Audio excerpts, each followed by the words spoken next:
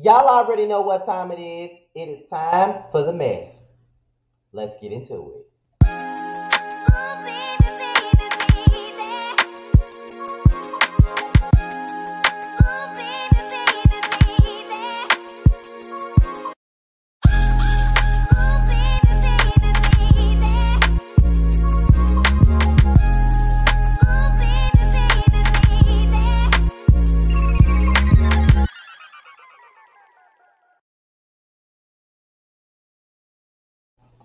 What's going on, y'all? This be your boy Scattered by Nature TV, and we're here for another episode of what? Yes, for the mess, okay? And we are here to discuss Mia Thorne and Ascala Davis once again. Now, as you guys already know, they got into a Twitter feud earlier this morning, okay? Well, when y'all see this, it's basically Wednesday morning because it's gonna be Thursday when you see it. But they got into a Twitter feud on Wednesday morning. I reported on it. I know that Jamie, that's me, also reported on it. We both did at the same time, pretty much. She put hers out an hour before me, so my girl put it out because she always put her shit out. Special shout out to Jamie, that's me, y'all. Y'all know I love me some Jamie, that's me. That is my girl right there. Shout out to Jamie, that's me. Tell her I said it. But anyway, as you guys already know, Mia Thorne and Ascala Davis had a war of words Wednesday morning on Twitter, and it was absolutely epic because Ascala Davis read her for points, okay? And now Mia Thornton wants to apologize. But before we get into Ascala and Mia Thornton, we can just touch bases with Sparkle, okay?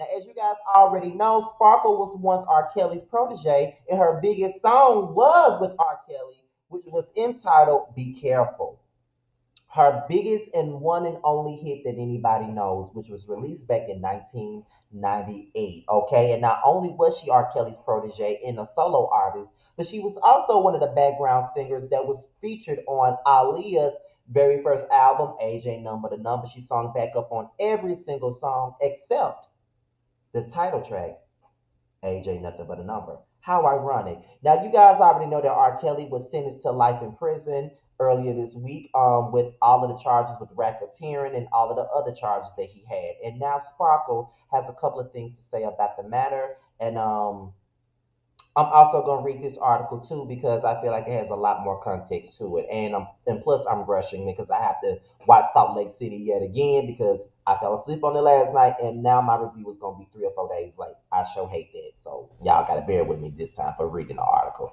So we're going to start off with Sparkle. Okay, now let's get into the article with Sparkle. And this article comes from the jasminebrand.com, by the way. That's the source for tonight. Now, R. Kelly's ex mentee Stephanie Sparkle Edwards isn't holding anything back as she shares her opinion on the R&B singer's recent guilty verdict. On September the 27th, R. Kelly, who was 54 years old, was found guilty on all counts in his racketeering and trafficking trial. Sparkle, age 46, once worked with R. Kelly very closely, and her career took off in 98 as a singing protege. She's most known for her song Be Careful, which features R. Kelly and reached #1 on the Billboard Rhythmic Hot 100 charts. During a recent interview, she spoke on the outcome of R. Kelly's trial and she said, I didn't think I would be emotional, but I am. It's just been a long time for me dealing with this. On the one hand, I'm a little sad because Robert was my ex mentor and what he did was just a punch to my chest. And I'm also relieved. Thank God they got it right this time. At the first trial, nobody believed me. Sparkle is no stranger to the multiple allegations regarding R. Kelly. According to reports, the songstress was the first to speak out against R. Kelly for his ill behavior over 20 years ago after she allegedly viewed a video featuring the singer and her 14-year-old niece. Sparkle was then reportedly blackballed from the singing industry for calling the police and reporting what she had seen. However, that didn't stop Sparkle from calling out R. Kelly. She testified in this case in his 2008 trial for pornography charges, which she ultimately found not guilty. She also appeared in Lifetime Surviving R. Kelly documentary, where she shared her experiences with her former mentor. In her interview, Sparkle also explained why she decided to be a part of the Lifetime documentary. I wasn't looking to stir things up again, but the producers of Surviving R. Kelly said that they were going to include me whether I was a part of it or not. And I didn't want anybody lying on me or telling my story, so I said yes. She then touched on how speaking out against R. Kelly affected her personal life and career. My career was shattered, but when people heard I wasn't on Robert side, they disappeared. It felt like that Homer Simpson gift where he just backs into the bushes. Robert was so powerful in the industry and they didn't care what he was doing. For the next 18 years, I only put out a couple of songs and I felt disgusted with the music business. I did a lot of private events and made a few dollars. She continued, and I didn't let anyone deter me from speaking up. I know that I'm going down in history on being on the right side of the truth. So that was Sparkle speaking on the situation with R. Kelly. Now, what I'm gonna say about that is this right here. Sparkle been telling y'all about this shit. When she first spoke about it back in 2002, when the sex tape first came out, she was the first one to speak on it, and everybody thought that she was looking for a check. Everybody thought that she was trying to come for R. Kelly for a state of relevance or something, because we already knew that Sparkle had not had no hit record out at that point in like 3 or 4 years. Because Be Careful came out in '98, and I was going to the fourth grade when that song came out. So that was a long damn time ago, and I was in like the seventh grade when that sex tape first was released. So at that point, it just felt like to other people, oh, she's just trying to get a moment, or she's just trying to get this, or she's just trying to get that. And it wasn't always like when it come down to this, everybody always want to say that somebody's trying to get a moment, and it's not always about a damn moment. I mean, that's just how I feel. I don't think that it's always about a moment. I don't think that it's always somebody trying to get some personal gain. At the end of the day, this woman worked with this man, and not only did she work with this man, she trusted this man to do for her niece what he did for her.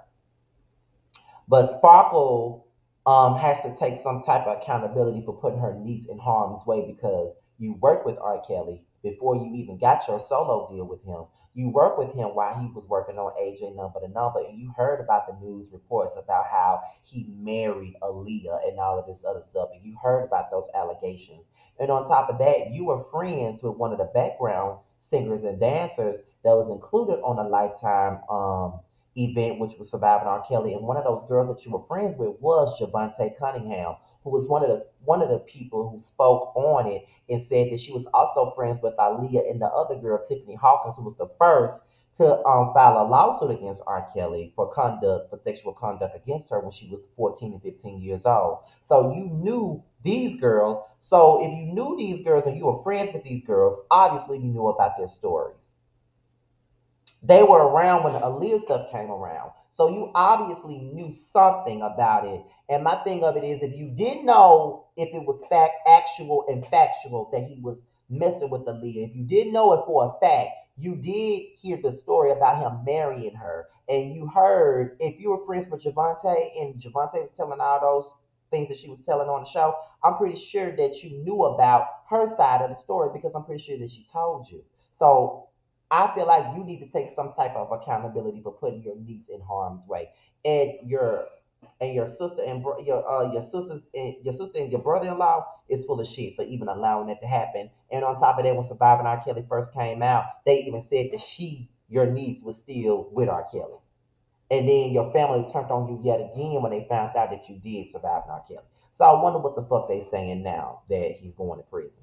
I wonder what the fuck they saying now. So I still like Sparkle. I know a lot of people want to give her a whole lot of fever and all that, but I like Sparkle. And I really feel like she really wasn't trying to put her niece in harm's way and that she was really having good intentions on having her work with R. Kelly. But at the same time, you should have known better, like Monica said. So we're going to move on to the next thing, which is Mia and Skylar Davis. Like we said earlier in the video, that they had a Twitter spat yesterday morning, okay? And now Miss Mia Thornton wants to apologize after getting drugged. Now, she took to Instagram to apologize, and this is what she said in her apology. Now, she said, "Hello, social media family. While I take full responsibility for the recent IG posts and tweets over the past few months, I want to inform you that I have let go of my social media manager due to the nature and language of the captions in the post. I don't have time to keep up, so I'm currently looking for someone who will represent my brand and true self. In the meantime, sending love, peace, and positive energy your way. My sincere apologies, X's and O's, Mia." Okay, so Mia just needs to go on about her fucking business. You need to go on about your business. Because you stay getting on social media, starting shit with people, you're trying to bully people, and you're going down your little black book, trying to figure out who you gonna fuck with next. Oh, first off, I'm gonna fuck with Giselle. Check. I'm gonna fuck with Robin. Check. I'm gonna fuck with Wendy. Check. I'm gonna fuck with Candace. Check. Now I'm finna fuck with a scholar. Check. So now I check just about every bitch on the show. Mia, get a fucking life. Get a life. Cause now you're talking about I want to do this, I want to do this, I want to hire somebody to look after my stuff. If you such a boss bitch like you say you are, you would have been had that in place, baby girl. But instead, you want to be a jackass. Mia, have a seat, bitch. Like, I'm tired of you, Mia. Like, girl, bye. Like, I'm sick of Mia. I'm tired of Mia. She need to go on about her business. I'm sick of her, period. Like, she need to go on. That's all I really got to say about that fucking apology, because the apology doesn't mean anything. She want to blame it on a non-existent social media manager and all this other stuff. But now, but yet and still, you was Boosie Badass and you woke up in the morning with a scholar on your mind and you got dragged. The reason why you're apologizing is because you feeling salty because you got dragged. That's the only thing. So, girl, have a fucking seat, Mia. Like, girl, bye. Okay, fucking bye. Okay, so that's really all I gotta say with that. Hopefully, y'all enjoyed the video. Be sure to like, rate, comment, and subscribe to my channel. Also, click the notification bell if you want to be notified whenever I drop a video. Also, if you want to follow me on any form of social media, my Twitter and my IG will be down below. All right. With that being said, you guys, your boy's out of here. Until my next video, I'll holler at y'all later. Peace out. We can always find our way to a fun moment, even in the shady bunch.